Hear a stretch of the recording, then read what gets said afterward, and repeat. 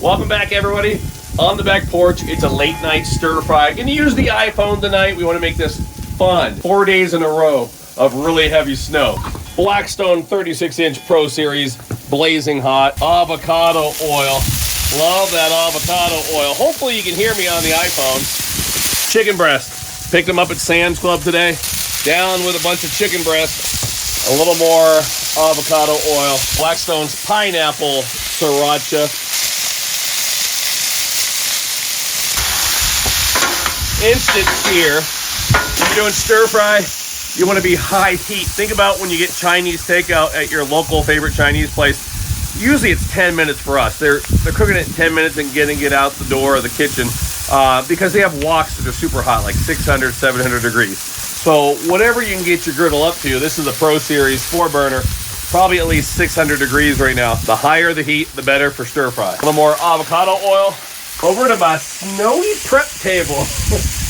Bell peppers. I just cut up a yellow and a red bell pepper. Red cabbage. White onion. A little more pineapple sriracha.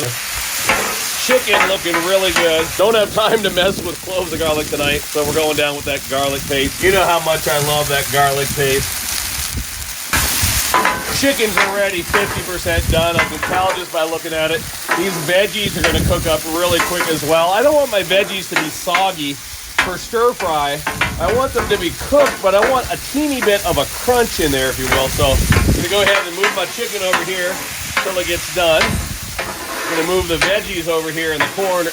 Going to move the veggies over here in the middle. Hokkien noodles. Of course, you can get the udon noodles, Hokkien noodles, a bunch of these different types of stir-fry noodles at the grocery store. I got these at Walmart. They're pre-cooked. They're in the pack. They're ready to go. Straight down with the noodles. I like noodles for stir-fry because it just seems like they have so much real estate to absorb the flavor. Rice is great. I like rice, but it just seems like that right there is going to soak up a lot more flavor. I'm going to mix the vegetables straight up with the chicken.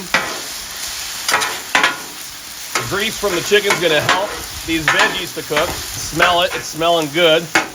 By the way, if you eat these noodles plain, they're pretty bland. They are not good, but they really absorb the flavor of whatever recipe and whatever stir-fry sauce you're using. It's so good. Feel free to season more as you cook. By the way, check out Blackstone's YouTube, Instagram, all that. Have a new holiday gift giving video that we just put up there today, and I show off some really cool stuff like the Blackstone Bluetooth speaker and a temperature probe and a bunch of stuff like that. And stay tuned because Black Friday, Cyber Monday, and all that cool stuff coming up, and there's a lot of huge surprises. Shout out if you're watching. I ran into Kevin at Walmart tonight, one of my subscribers, and he was asking me about Black Friday and Cyber Monday, so stay tuned. Big stuff coming your way. Chicken is looking really good. The veggies are just going to cook by proxy. Is that a term that I've never used it before? They're going to cook by proxy with the veggies.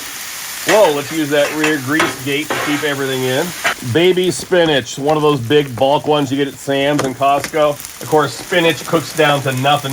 This is nice too. This looks really yellow and kind of bland, so this will liven things up a bit.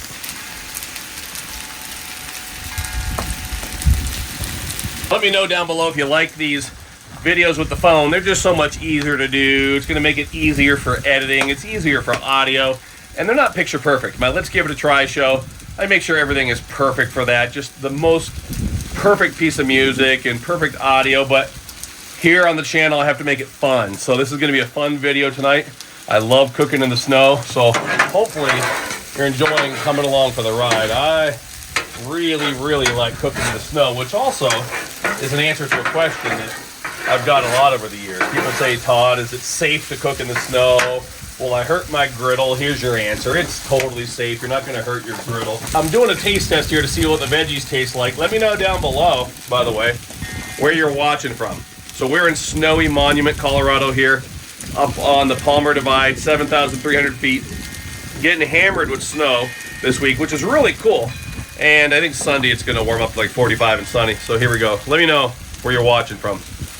At Costco this week, they had Mr. Yoshida's in. Of course, if you've been watching my channel for any length of time, Been using Mr. Yoshida's for a long time. If you ever see it, grab it, because it seems like it flies off the Sam's and the Costco shelves quicker than ever. In my opinion, it's the best tasting teriyaki type of sauce in the world.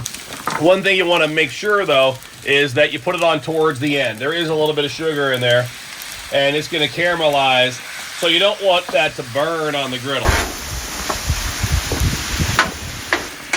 Here we go. Oh yeah, delicious. Man, if you wondered how hot it is, you could see it. Look at the steam coming off that platter.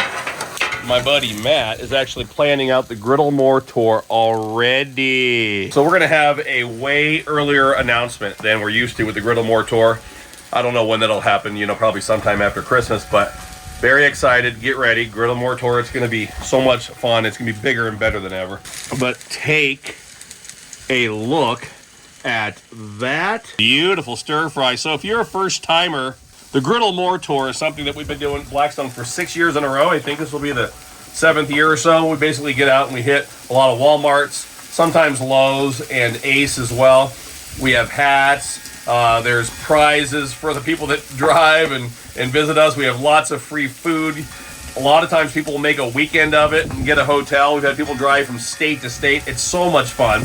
So if you're new, stay tuned for that. Sometime probably after the first of the year, we'll talk about griddle mortar. Oh my goodness, it's dark out here. Hopefully you can see it. Let's give it a try.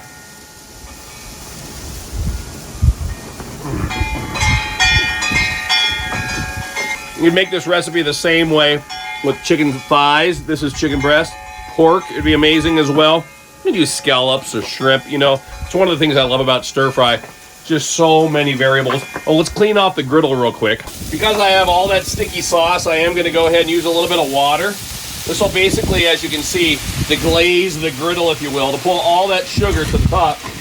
And then I can gently use my scraper, push all that sugary residue back here, and the steam looks really cool, but as soon as it clears here and you see it, you'll see the griddle top is just about good to go. This whole process, maybe we're at 25, 30 seconds. The heat is always going to be on high. Because grease solidifies, I want to keep it warm.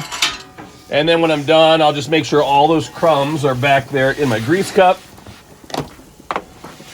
And I always leave my griddle with a shiny, thin, light coating of whatever cooking oil I started cooking with. Be careful with your hands. It is a hot griddle, so you don't want to burn yourself. You might want to use tongs or heat-resistant gloves. So one more look at this delicious stir fry. Take a look at that.